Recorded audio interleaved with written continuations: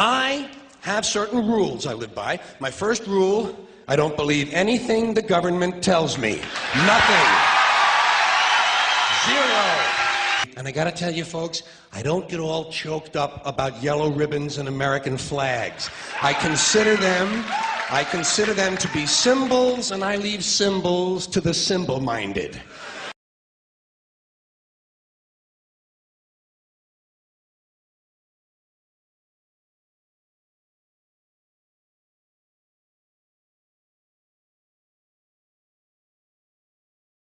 Ladies and gentlemen, it's time for George. What time is it? What time is it? Do people bother you with that? People bug you all the time, come up to you asking you, what time is it? What time is it?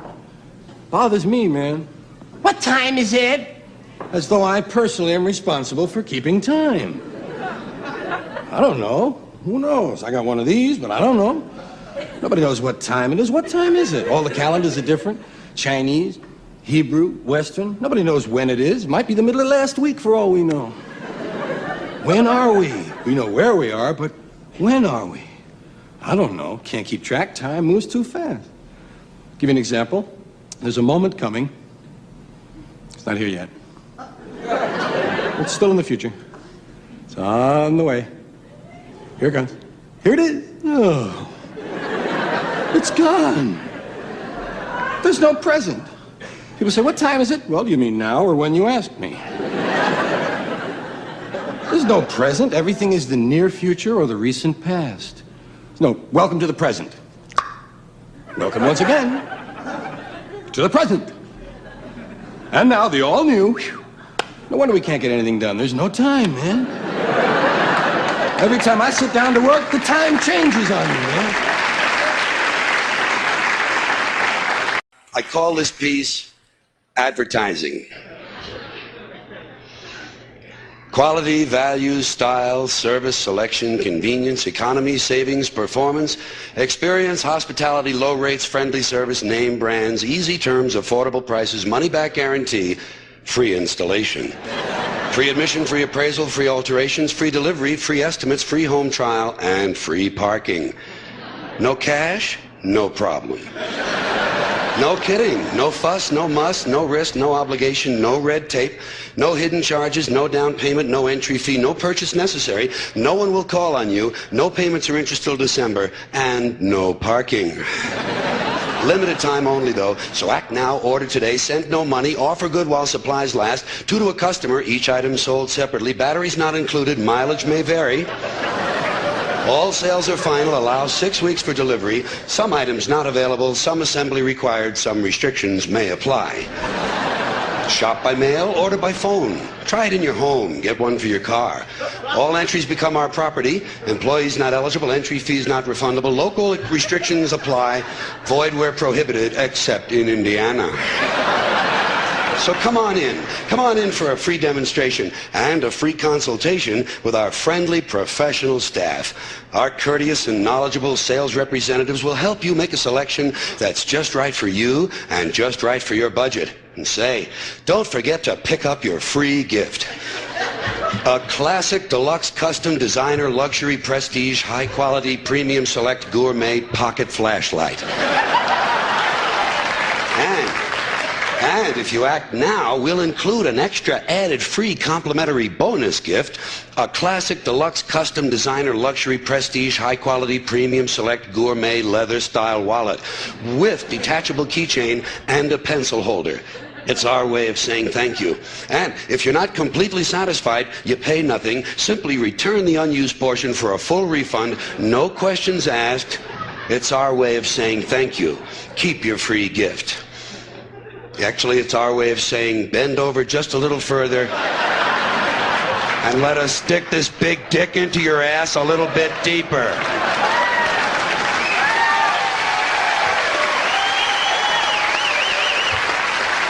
People are fucking dumb.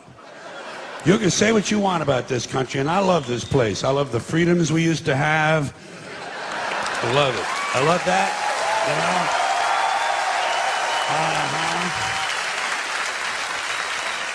I love it when it didn't take a fucking catastrophe to get us to care for one another.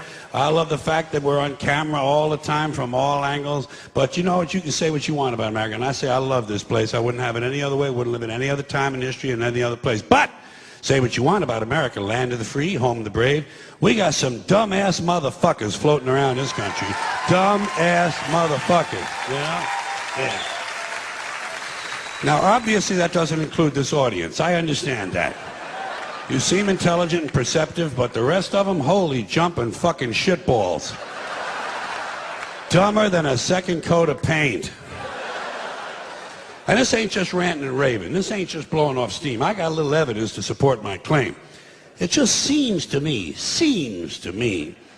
that only a really low IQ population could have taken this beautiful continent, this magnificent American landscape that we inherited. Well, actually, we stole it from the Mexicans and the Indians, but hey, it was nice when we stole it. It looked pretty good. It was pristine. Paradise. Have you seen it lately? Have you taken a good look at it lately? It's fucking embarrassing. Only a nation of unenlightened half-wits could have taken this beautiful place and turned it into what it is today, a shopping mall. A big fucking shopping mall. You know that? That's all you got. That's all you've got here, folks. Mile after mile of mall after mall. Many, many malls. Major malls and mini malls. They put the mini malls in between the major malls. And in between the mini malls, they put the mini marts. And in between the mini marts, you got the car lots, gas stations, muffler shops, laundromats, cheap hotels, fast food joints, strip clubs, and dirty bookstores.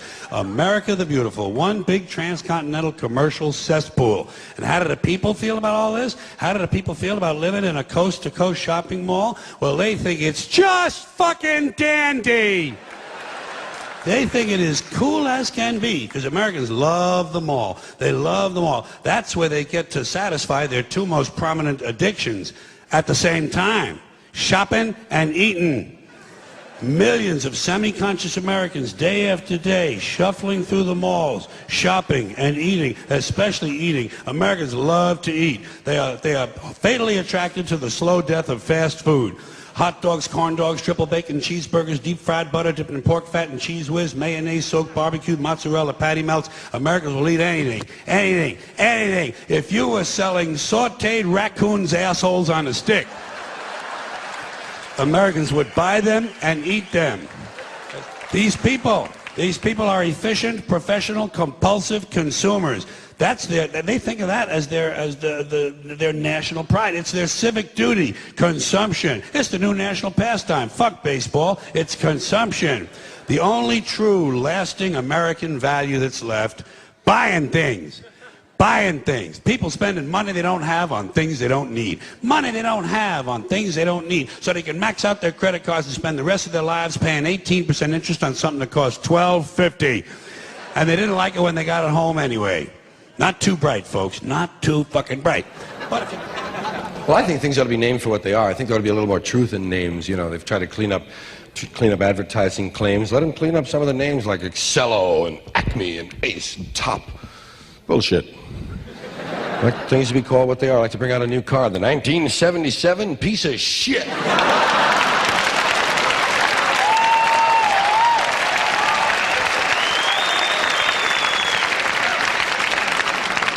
A division of United Consumer Fuckers. You know, whenever you're exposed to advertising in this country, you realize all over again that America's leading industry is still the manufacture, distribution, packaging, and marketing of bullshit. High-quality bullshit, world-class designer bullshit, to be sure. Hospital-tested, clinically proven bullshit, but bullshit nonetheless. And it always amuses me that so many people seem to think that bullshit only comes from certain sources. You know, advertising, politicians, salesmen. Not true. Bullshit is everywhere. Bullshit is rampant. Parents are full of shit. Teachers are full of shit. Clergymen are full of shit. Law enforcement people are full of shit. The entire country is completely full of shit. In fact, this country was founded by a group of slave owners who told us that all men are created equal. That is what's known as being stunningly full of shit. And you know, I think, and I think people show their ignorance when they say they want politicians to be honest. What are these people talking about? If honesty was suddenly introduced into politics, it would throw everything off. The whole system would collapse. And I think deep down the American people know that. The American people like their bullshit out front, where they can get a good, strong whiff of it. That's why they re-elected Clinton. Listen, Clinton might be full of shit, but he lets you know it. Dole tried to hide it. I'm an honest man. Bullshit. Bullshit. People don't believe that shit. Clinton said, hi, I'm full of shit, and how do you like that? And the people said, at least he's honest. At least he's honest about being full of shit. It's like the business world. All businessmen are completely full of shit. Just the worst kind of people you could ever want to run into. Businessmen. And the proof of it is, they don't even trust each other. They don't trust each other. When a businessman is negotiating a deal, the first thing he does is to automatically assume that the other guy is a complete lying prick who's trying to fuck him on the deal. So he has to do everything he can to fuck the other guy a little bit harder and a little bit faster. And then, when it comes to dealing with customers, that's when you get the big smile. That's when you get the big smile. Businessman always has that big smile on his face as he carefully positions himself directly behind the customer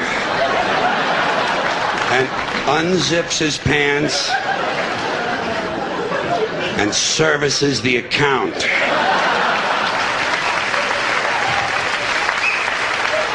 We specialize in customer service. You heard that? Now you know what it means.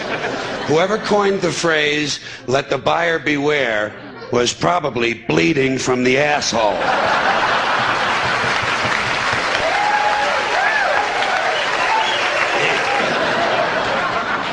Advertising sells you things you don't need and can't afford that are overpriced and don't work. And they do it by exploiting your fears and insecurities. And if you don't have any, they'll be glad to give you a few by showing you a nice picture of a woman with big tits. That's the essence of advertising. Big tits. Threateningly big tits.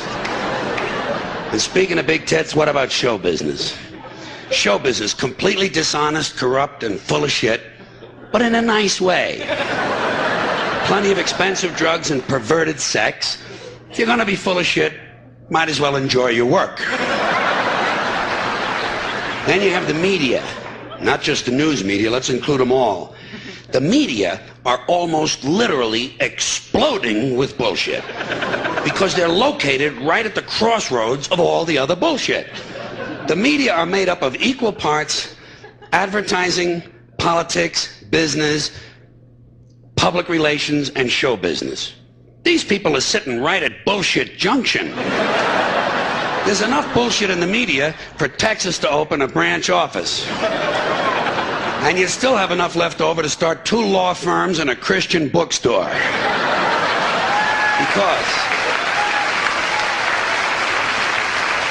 Because folks, I gotta tell you, when it comes to bullshit, truly major league bullshit, you have to stand back in awe of the all-time heavyweight champion of false promises and exaggerated claims, religion. Organized religion. It's no contest. Religion easily has the best bullshit story of all time. Think about it. Religion has convinced people that there's an invisible man living in the sky who watches everything you do every minute of every day. And the invisible man has a list of 10 specific things he doesn't want you to do. And if you do any of these things, He will send you to a special place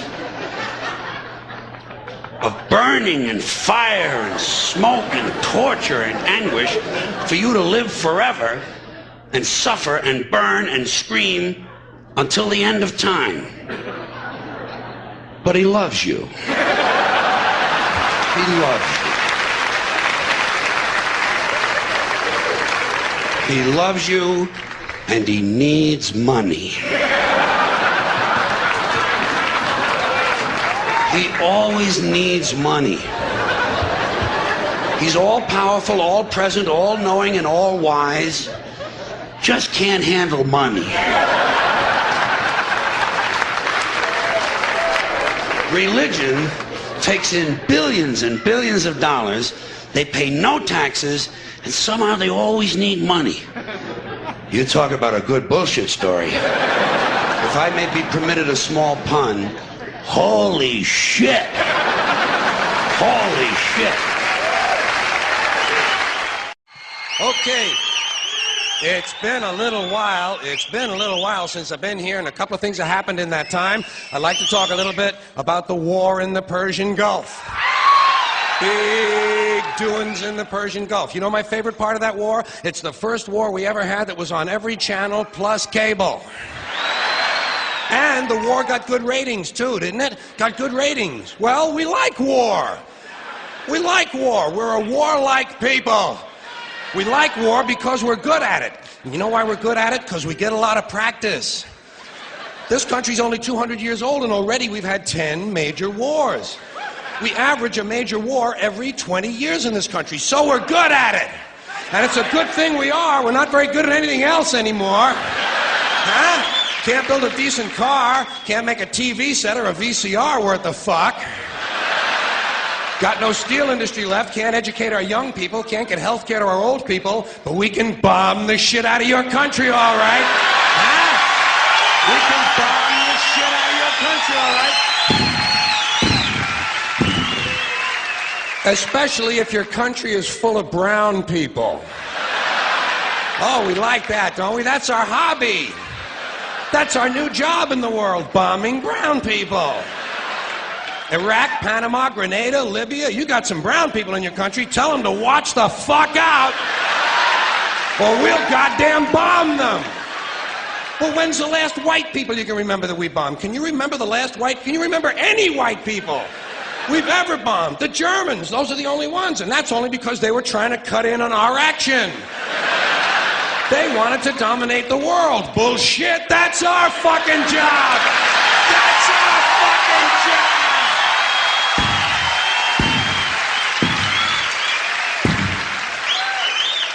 Now we only bomb brown people. Not because they're trying to cut in on our action, just because they're brown. Now, you probably noticed I don't feel about that war the way we were told we were supposed to feel about that war, the way we were ordered and instructed by the United States government to feel about that war. You see, I tell you, my mind doesn't work that way. I got this real moron thing I do. It's called thinking. And I'm not a very good American because I like to form my own opinions. I don't just roll over when I'm told to. Sad to say, most Americans just roll over on command. Not me. I have certain rules I live by. My first rule, I don't believe anything the government tells me. Nothing. Zero. Nope. And I don't take very seriously the media or the press in this country, who in the case of the Persian Gulf War were nothing more than unpaid employees of the Department of Defense, and who most of the time function as kind of an unofficial public relations agency for the United States government. So I don't listen to them, I don't really believe in my country, and I gotta tell you folks, I don't get all choked up about yellow ribbons and American flags. I consider them to be symbols, and I leave symbols to the symbol-minded. Me, I look at war a little bit differently. To me, war is a lot of prick-waving, okay? Simple thing, that's all it is. War is a whole lot of men standing out in the field waving their pricks at one another. Men are insecure about the size of their dicks, and so they have to kill one another over the idea. That's what all that asshole jock bullshit is all about. That's what all that adolescent macho male posturing and strutting in bars and locker rooms is all about. It's called dick fear. Men are terrified that their pricks are inadequate, and so they have to compete with one another to feel better about themselves. And since war is the ultimate competition, basically men are killing each other in order to improve their self-esteem. You don't have to be a historian or a political scientist to see the bigger dick foreign policy theory at work. It sounds like this. What? They have bigger dicks? Bomb them! And of course, the bombs and the rockets and the bullets are all shaped like dicks. It's a subconscious need to project the penis into other people's affairs. It's called fucking with people! Well, you know, if I had to say to you, what is the answer? I would say massive bloodshed. I really would. I don't really, honestly, deep down believe in political action. I think the system contracts and expands as it wants to. It accommodates these changes. I think the civil rights movement was an accommodation on the part of those who own the country. I think they see where their self-interest lies. They see a certain amount of freedom seems good, an illusion of liberty. Give these people a voting day every year so that they'll have the illusion of meaningless choice. Meaningless choice that we go like slaves and say, "Oh, I voted." The limits of debate in this country are established before the debate even begins, and everyone else is marginalized. They're made to seem either to be communists or some sort of disloyal person, a kook, there's a word, and now it's conspiracy. Say they've made that something that should not be even entertained for a minute, that powerful people might get together and have a plan. Doesn't happen. You're a kook. You're a conspiracy buff. So, the only way you cure that, death, bloodshed. I don't advocate it, but I see that it's really the only answer. Now, to balance the scale, I'd like to talk about some things that bring us together. Things that point out our similarities instead of our differences. Because that's all you ever hear about in this country is our differences. That's all the media and the politicians are ever talking about, the things that separate us, things that make us different from one another. That's the way the ruling class operates in any society. They try to divide the rest of the people. They keep the lower and the middle classes fighting with each other so that they, the rich, can run off with all the fucking money. Fairly simple thing, happens to work. You know, anything different, that's what they're going to talk about. Race, religion, ethnic and national background, jobs, income, education, social status, sexuality, anything they can do, keep us fighting with each other so that they can keep going to the bank. You know how I describe the economic and social classes in this country? The upper class keeps all of the money, pays none of the taxes. The middle class pays all of the taxes, does all of the work. The poor are there just to scare the shit out of the middle class. Keep them showing up at those jobs. Rights. Boy, everyone in this country's always running around yammering about their fucking rights. I have a right, you have no right, we have a right, they don't have a right. Folks, I hate to spoil your fun, but there's no such thing as rights, okay? They're imaginary. We made them up, like the boogeyman. The Three Little Pigs, Pinocchio, Mother Goose, shit like that. Rights are an idea. They're just imaginary. They're a cute idea, cute, but that's all, cute and fictional. But if you think you do have rights, let me ask you this. Where do they come from? People say, well, they come from God. They're God-given rights. Oh, fuck, here we go again. Here we go again. The God excuse, the last refuge of a man with no answers and no argument, it came from God. Anything we can't describe must have come from God. Personally, folks, I believe that if your rights came from God, He would have given you the right to some food every day, and He would have given you the right to a roof over your head. God would have been looking out for you. God would have been looking out for you. You know that? He would have been worried about making sure you have a gun so you can get drunk on Sunday night and kill your girlfriend's parents. But let's say it's true. Let's say God gave us these rights. Why would He give us a certain number of rights? The Bill of Rights in this country has 10 stipulations, okay? 10 rights. And apparently God was doing sloppy work that week because we've had to amend the Bill of Rights an additional 17 times. So God forgot a couple of things like slavery. Just fucking slipped his mind. But let's say God gave us the original 10. He gave the British 13. The British Bill of Rights has 13 stipulations. The Germans have 29. The Belgians have 25. The Swedish have only 6. And some people in the world have no rights at all. What kind of a fucking goddamn God-given deal is that? No rights at all? Why would God give different people in different countries different numbers of different rights? Boredom? Amusement? Bad arithmetic? Do we find out at long last after all this time that God is weak in math skills? Doesn't sound like divine planning to me. Sounds more like human planning. Sounds more like one group trying to control another group. In other words, business as usual in America. Now, if you think you do have rights, one last assignment for you. Next time you're at the computer, get on the internet, go to Wikipedia. When you get to Wikipedia, in the search field for Wikipedia, I want you to type in Japanese Americans 1942, and you'll find out all about your precious fucking rights, okay? All right. You know about it. You know about it. Yeah.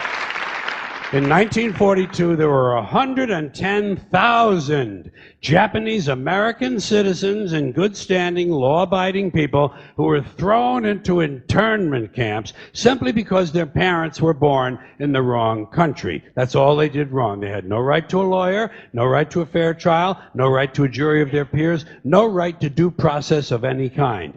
The only right they had, right this way, into the internment camps. Just when these American citizens needed their rights the most, their government took them away. And rights aren't rights if someone can take them away. They're privileges. That's all we've ever had in this country is a bill of temporary privileges. And if you read the news even badly, you know that every year the list gets shorter and shorter and shorter. You see how sooner or later?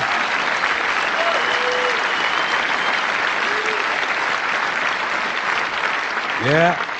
Sooner or later, the people in this country are going to realize the government does not give a fuck about them. Government doesn't care about you or your children or your rights or your welfare or your safety. It simply doesn't give a fuck about you. It's interested in its own power. That's the only thing, keeping it and expanding it wherever possible. The interesting thing about this country is if they talk about how we have freedom of choice. You know, we have freedom of choice.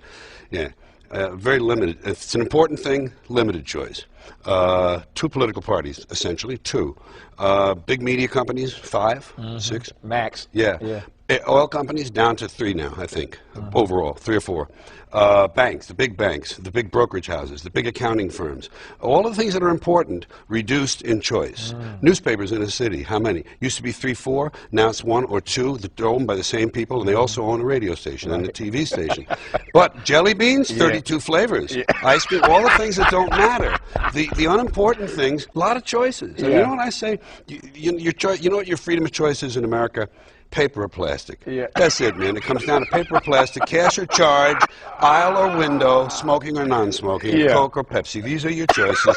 Everything else is kind of laid out for you. You get to do what they really want. They do what they want. The ones who own this country, they do what they want. Speaking of our choices being usurped or taken away from us, what do you make of what? And I'm fascinated to ask you this because all the things that you've been talking about for years are, I mean, we've come full circle on this stuff. And that's why I was so fascinated, and thank you for coming on the program. Sure. But here we are now, 30 years after you were talking about it, with this huge debate, this huge fight about whether or not our civil liberties are being taken away from us. What are your thoughts on? Well, I think if you looked at the record of laws which have been passed in the last 30 to 40 years, there's a thing called social hysteria. Social hysteria is whipped up generally by the media. Crime, in Nixon's time, crime was the big social hysteria issue. There's too much crime, they're coddling, the courts are coddling the criminals, we have to tougher laws. So a lot of civil liberties went away in terms of the rights of criminals and the rights of the accused and people going on trial. These were limited, they were cut down. These rights which are guaranteed by the Constitution and the Bill of Rights. Another social hysteria, drugs. The drug thing happened, same thing. Big flow of drugs, we're going to fight the drugs, we need newer, tougher laws, we need draconian sentences, we need to be able to go into houses, we need to be able to do this, we have all of these shortcuts have resulted in less liberties because of social hysteria. The media whips up the frenzy. People get all excited. The legislature passes it. The president, the executive signs it, and the judges, then the judicial branch okays it sometime later when it gets to them. And what has happened is you have less freedom, less liberties, less civil liberties, less rights. And the third social hysteria is terrorism. That was whipped up. Now it's a little more cause there. You look at the 9/11; it's a very dramatic event, but that too has been used with this Patriot Act to reduce our liberties. They say, well, if you have nothing to hide, what are you worried about? You know that whole argument? Oh, yeah, good. Yeah, tell me about the people that are, just getting out of prison because of the DNA, if they had nothing to hide. It's just, listen, this country is owned by the ownership class. They do pretty much what they want. I figure it's like a freak show. Here's what I do. You know what I do? To me, if you're born in the world, you get a ticket to the freak show. They give you a ticket to the freak show. If you're born in America, you got a front row seat. So some people are in the freak show. Yeah. We got our freaks. Yeah. Then some people, they want to fix the freaks. Yeah. These are the ACLU lawyers, environmentalists. Well, let's fix the freaks. We're going to fix them up. Oh, isn't that terrible? Let's do this. And then there are folks who just watch the freak show, as me. And some of us get to write about it or talk about it. Right. And I do that. That's you too. Yeah. And say, oh, look at you. Look how badly you're doing. I don't even count myself in. Yeah. I say, look how badly you folks are doing. How did you do this to yourself? Why did you let them do this to you? Now, there's one thing you might have noticed I don't complain about. Politicians. Everybody complains about politicians. Everybody says they suck. Yeah! Well, where do people think these politicians come from? They don't fall out of the sky. They don't pass through a membrane from another reality. They come from American parents and American families, American homes, American schools, American churches, American businesses, and American universities, and they're elected by American citizens. This is the best we can do, folks. This is what we have to offer. It's what our system produces. Garbage in, garbage out. If you have selfish, ignorant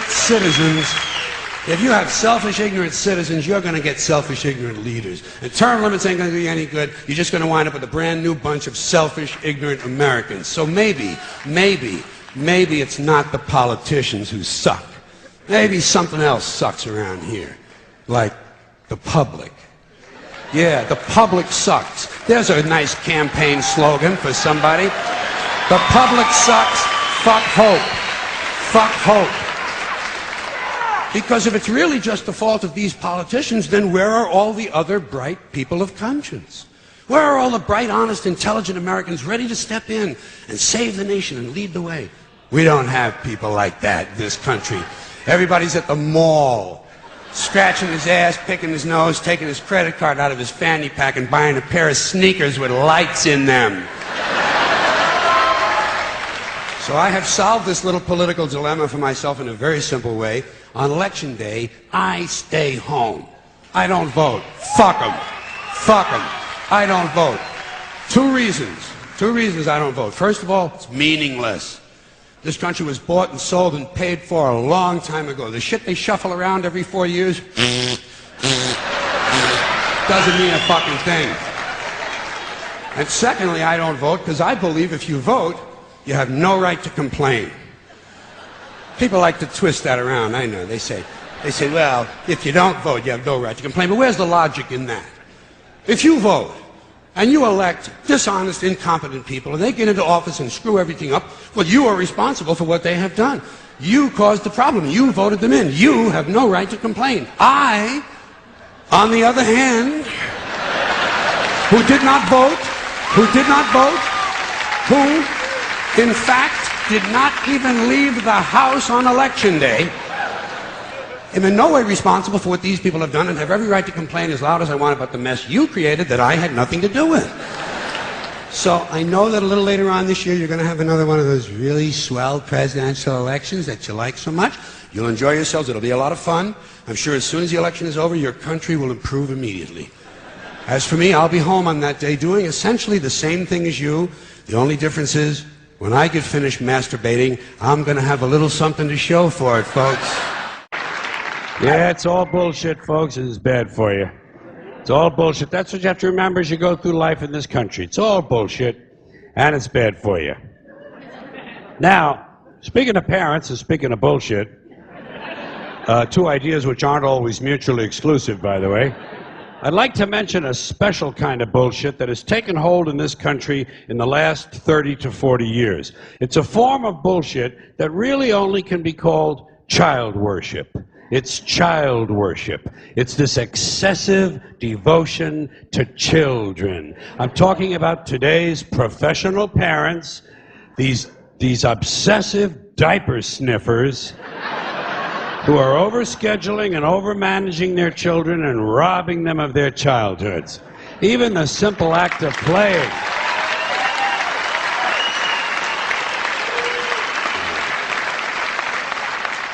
Even the simple act of playing has been taken away from children and put on mommy's schedule in the form of play dates.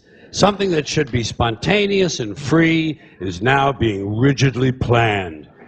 When does a kid ever get to sit in the yard with a stick anymore? You know, just sit there with a fucking stick. Do today's kids even know what a stick is? You know?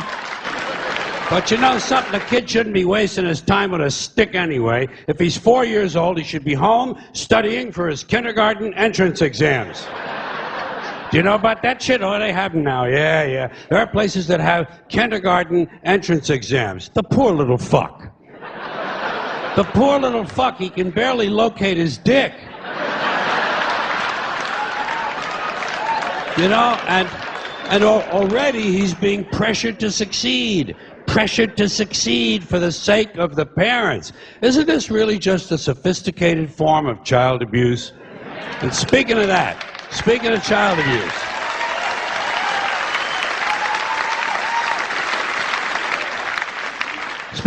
abuse, next up, grade school. Grade school, where he won't be allowed to play tag because it encourages victimization. And he won't be allowed to play dodgeball because it's exclusionary. And it promotes aggression. Standing around is still okay. Standing around is still permitted, but it won't be for long because sooner or later some kid is going to be standing around and his foot will fall asleep and his parents will sue the school and it'll be goodbye fucking standing around. Yeah.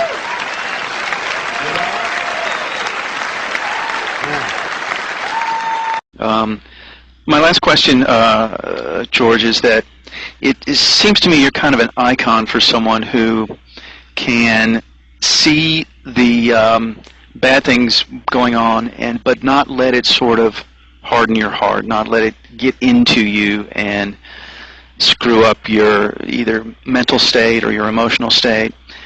Do you have any advice for people on how you can still stay engaged in the world and not just go insane with anger and resentment? Become a spectator. That's what I am. I have found that over the last 20 to 30 years, somewhere in that span between 20 and 30 years ago, I began to pull away from having a stake in any of this. I don't really have an emotional stake in the outcome anymore in terms of my caring. I don't really give a fuck when you get right down to it. I don't care what happens to my species, because I think this species has squandered great gifts, namely and especially the gift of this mind we have, the brain/mind, which is able to distinguish between subject and object as a starter, and able to do a lot of abstract things that should have led us better places. And the opposable thumb and walking erect and that whole package, we should certainly have done better than to embrace superstitious religious belief that rules us and leads us, and the pursuit of goods and profit and territory and power. That's what we turned into.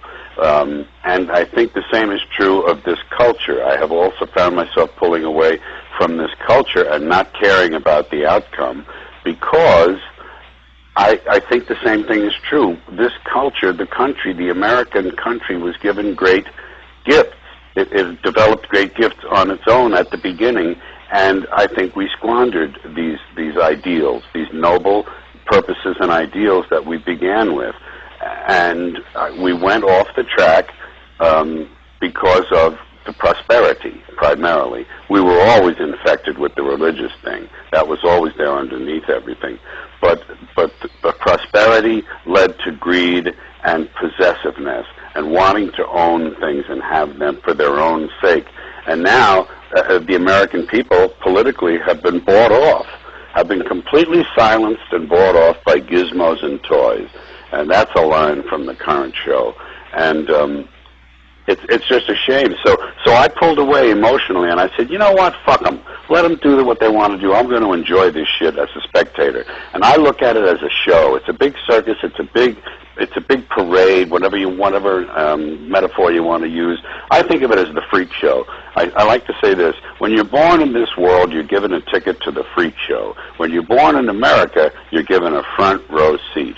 And man, I'm sitting there and I have my notebook out and I'm enjoying the show, and I wish I could live 1,000 years to watch this all develop. The rise of Russia, the rise of China, the Muslimization of Europe, the decline of the white race. It's going to be an amazing story as it develops, and I just wish I could see it all. I'm 70 now. I'll probably live to between 90 and 100, I think, and I'll get to see some of it, but it is an interesting, exciting thing to watch if you can detach yourself emotionally. And that's the end of that. That's the best way to swallow all that stuff and believe it and still walk down the street singing a happy... That's right. Happy tune. There's no anger in it, see? There's no anger, there's no emotional stake. But it didn't happen, and one of the reasons is because we were using that soft language, that language that takes the life out of life. And it is a function of time. It does keep getting worse. Give you another example. Sometime during my life, toilet paper became bathroom tissue. I wasn't notified of this. No one asked me if I agreed with it. It just happened. Toilet paper became bathroom tissue. Sneakers became running shoes. False teeth became dental appliances. Medicine became medication. Information became directory assistance. The dump became the landfill. Car crashes became automobile accidents. Partly cloudy became partly sunny. Motels became motor lodges. House trailers became mobile homes. Used cars became previously owned transportation. Room service became guest room dining. And constipation became occasional irregularity. When I was a little kid, if I got sick, they wanted me to go to the hospital and see the doctor. Now they want me to go to a health maintenance organization or a wellness center to consult a healthcare delivery professional. Poor people used to live in slums. Now the economically disadvantaged occupy substandard housing in the inner cities. And they're broke. They're broke. They don't have a negative cash flow position. They're fucking broke. Because a lot of them were fired. You know, fired. Management wanted to curtail redundancies in the human resources area, so many people are no longer viable members of the workforce. Smug, greedy, well-fed white people have invented a language to conceal their sins. It's as simple as that. The CIA doesn't kill anybody anymore. They neutralize people. Or they depopulate the area. The government doesn't lie. It engages in disinformation. The Pentagon actually measures nuclear radiation in something they call sunshine units. Israeli murderers are called commandos. Arab commandos are called terrorists. Contra killers are called freedom fighters. Well, if crime fighters fight crime and firefighters fight fire, what do freedom fighters fight? They never mention that part of it to us, do they? Never mention that part of it.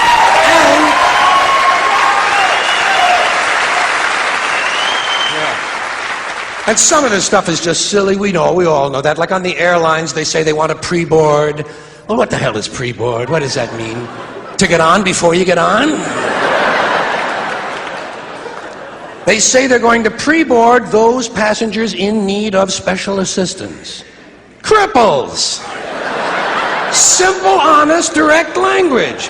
There's no shame attached to the word cripple that I can find in any dictionary. No shame attached to it. In fact, it's a word used in Bible translations. Jesus healed the cripples. Doesn't take 7 words to describe that condition.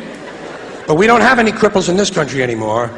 We have the physically challenged. Is that a grotesque enough evasion for you? How about differently abled?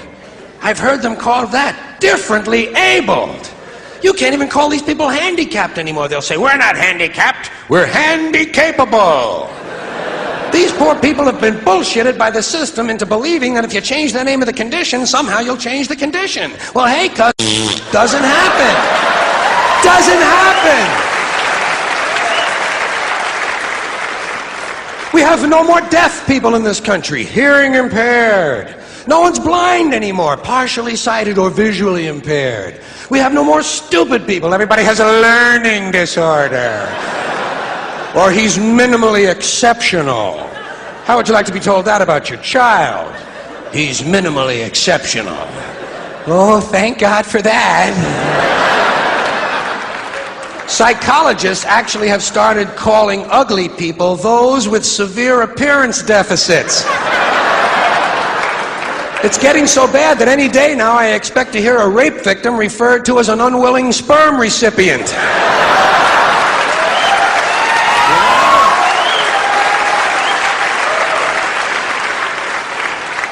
And we have no more old people in this country. No more old people. We shipped them all away, and we brought in these senior citizens.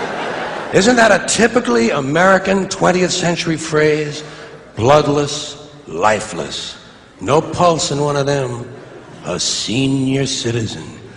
But I've accepted that one. I've come to terms with it. I know it's here to stay. We'll never get rid of it. That's what they're going to be called, so I'll relax on that. But the one I do resist, the one I keep resisting, is when they look at an old guy and they'll say, look at him, Dan, he's 90 years young. Imagine the fear of aging that reveals. To not even be able to use the word old to describe someone, to have to use an antonym. And fear of aging is natural, it's universal, isn't it? We all have that. No one wants to get old, no one wants to die, but we do. So we bullshit ourselves. I started bullshitting myself when I got to my 40s. As soon as I was in my 40s, I'd look in the mirror and I'd say, well, I guess I'm getting older. Older sounds a little better than old, doesn't it? Sounds like it might even last a little longer. Bullshit, I'm getting old. And it's okay, because thanks to our fear of death in this country, I won't have to die. I'll pass away.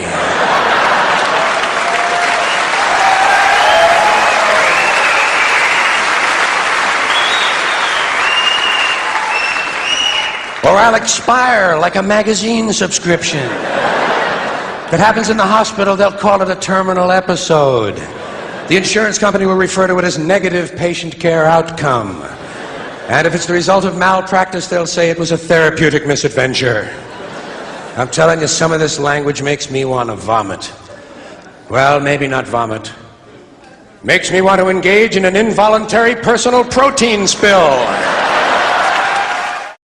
You got people like this around you. Country's full of them now. People walking around all day long, every minute of the day, worried about everything. Worried about the air, worried about the water, worried about the soil. Worried about insecticides, pesticides, food additives, carcinogens. Worried about radon gas, worried about asbestos. Worried about saving endangered species. Let me tell you about endangered species, all right? Saving endangered species is just one more arrogant attempt by humans to control nature. It's arrogant meddling. It's what got us in trouble in the first place. Doesn't anybody understand that? Interfering with nature. Over 90%, way over 90% of all the species that have ever lived on this planet, ever lived, are gone. They're extinct. We didn't kill them all. They just disappeared. That's what nature does. They disappear these days at the rate of 25 a day. And I mean regardless of our behavior. Irrespective of how we act on this planet, 25 species that were here today will be gone tomorrow. Let them go gracefully.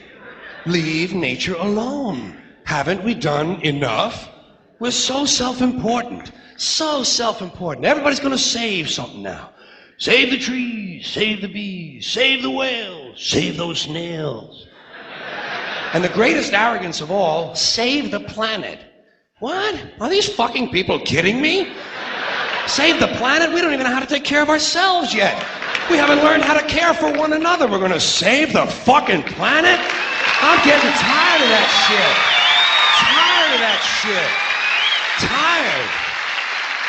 I'm tired of fucking Earth Day. I'm tired of these self-righteous environmentalists, these white bourgeois liberals who think the only thing wrong with this country is there aren't enough bicycle paths. People trying to make the world safe for their Volvos. Besides, environmentalists don't give a shit about the planet. They don't care about the planet. Not in the abstract, they don't. Not in the abstract, they don't. You know what they're interested in? A clean place to live. Their own habitat. They're worried that someday in the future they might be personally inconvenienced. Narrow, unenlightened self-interest doesn't impress me. Besides, there is nothing wrong with the planet. Nothing wrong with the planet. The planet is fine. The people are fucked. Difference. Difference. The planet is fine. Compared to the people, the planet is doing great. It's been here 4.5 billion years. Do you ever think about the arithmetic? Planet has been here 4.5 billion years. We've been here, what, 100,000? Maybe 200,000? And we've only been engaged in heavy industry for a little over 200 years. 200 years versus 4.5 billion. And we have the conceit to think that somehow we're a threat? That somehow we're going to put in jeopardy this beautiful little blue-green ball that's just a-floating around the sun? The planet has been through a lot worse than us. Been through all kinds of things worse than us. Been through earthquakes, volcanoes, plate tectonics, continental drift, solar flares, sunspots, magnetic storms, the magnetic reversal of the poles, hundreds of thousands of years of bombardment by comets and asteroids and meteors, worldwide floods, tidal waves, worldwide fires, erosion, cosmic rays, recurring ice ages, and we think some plastic bags and some aluminum cans are going to make a difference? The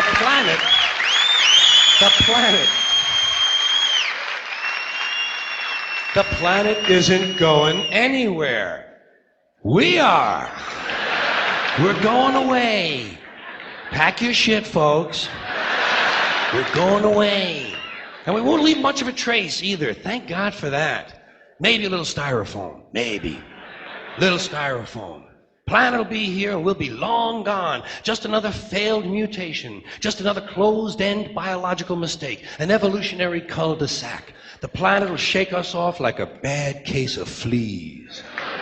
A surface nuisance. You want to know how the planet's doing?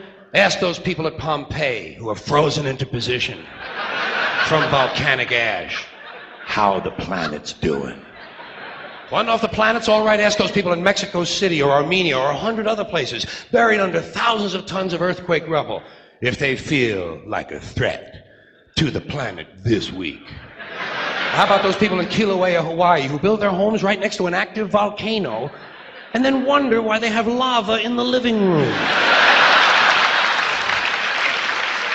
The planet will be here for a long, long, long time after we're gone, and it will heal itself, it will cleanse itself, because that's what it does. It's a self-correcting system. The air and the water will recover, the earth will be renewed, and if it's true that plastic is not degradable, well, the planet will simply incorporate plastic into a new paradigm, the earth plus plastic.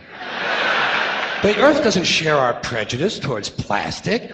Plastic came out of the earth. The earth probably sees plastic as just another one of its children. Could be the only reason the earth allowed us to be spawned from it in the first place. It wanted plastic for itself. Didn't know how to make it. Needed us. Could be the answer to our age-old philosophical question, why are we here? Plastic.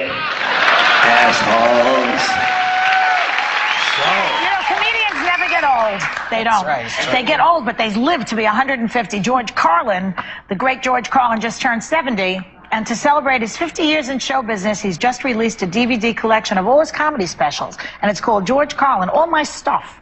Please welcome comedy legend George Carlin.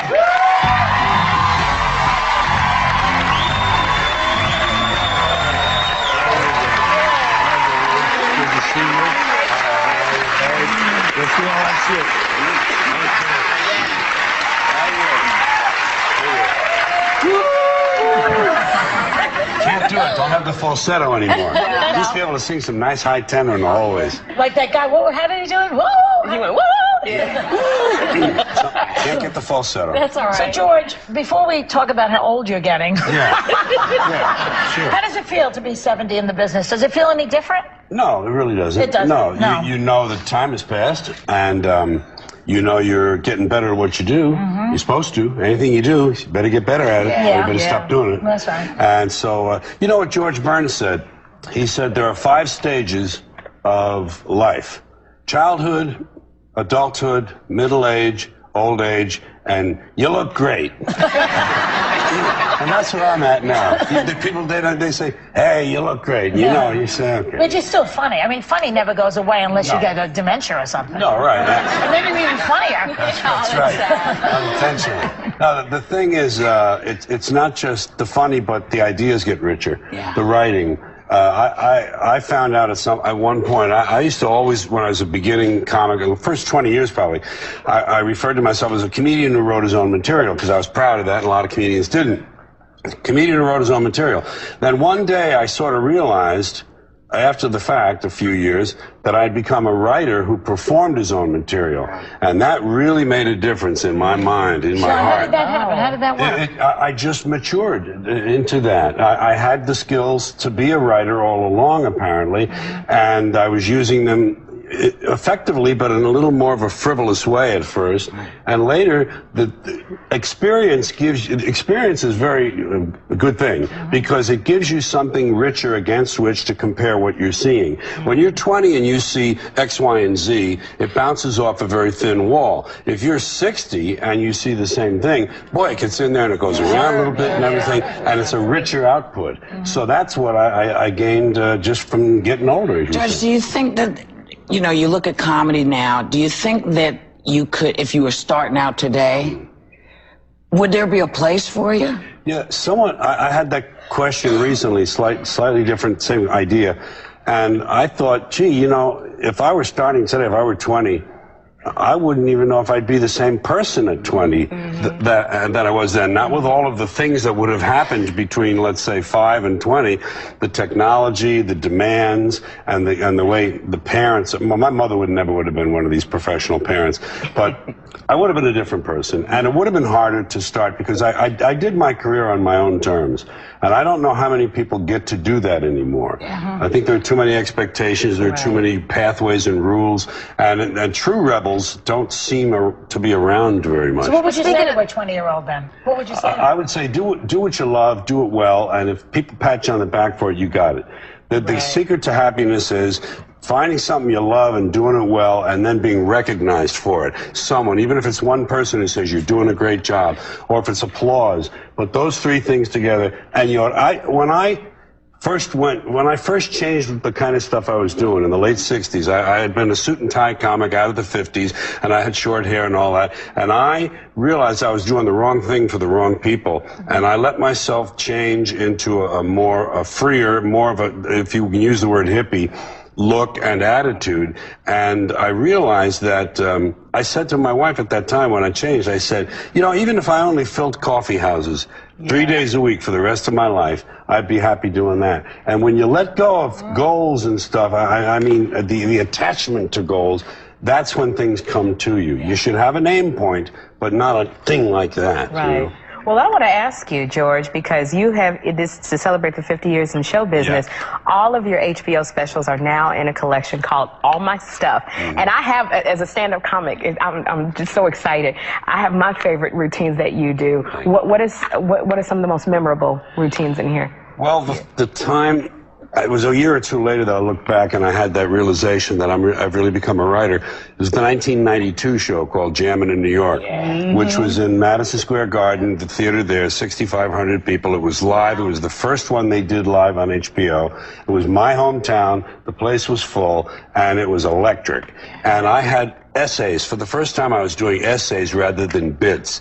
These were developed ideas that had a little bit of a serious overtone to them, but were relieved with laughter and irony all along. And after that started to sink in, I looked back and I thought, well, gee, that was a kind of a pivotal point. So there's a thing in there called The Planet is Fine. It's in the Jam in New York. The planet is fine. The people are...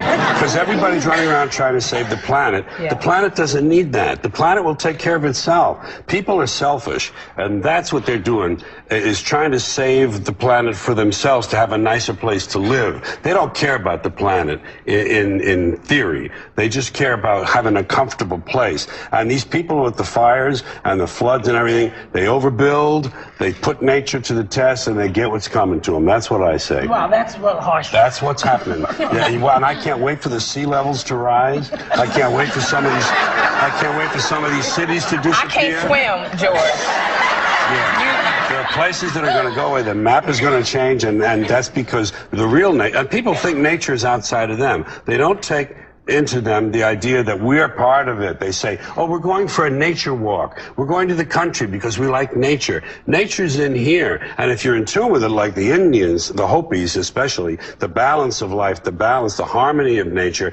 if you understand that, you don't overbuild. You don't do all this moron stuff. There are too many people. What about the polluters? Let's go after them. The polluters, the corporations, they pollute. It's a symphony. Everybody's in the band. You know, it's not just one. It's not just one group. People want their goodies. They want their toys. Everybody wants the newest gizmo. We're slaves to gizmos and toys. They got it today. I don't think they're unhappy. Everybody wants a cell phone that'll make pancakes, and I think that'll make them happy. And it doesn't make them happy. That's what'll happen when we watch this. Well, you know, and thank you, George, because I want to let you guys know you are all messed up. The planet is fine. We are messed up. That's right. But if you are in New York City Thursday, George will be signing DVDs at the Borders on Wall Street from noon to 2 p.m. You got to be there, and we're going to be right back with James Lipton.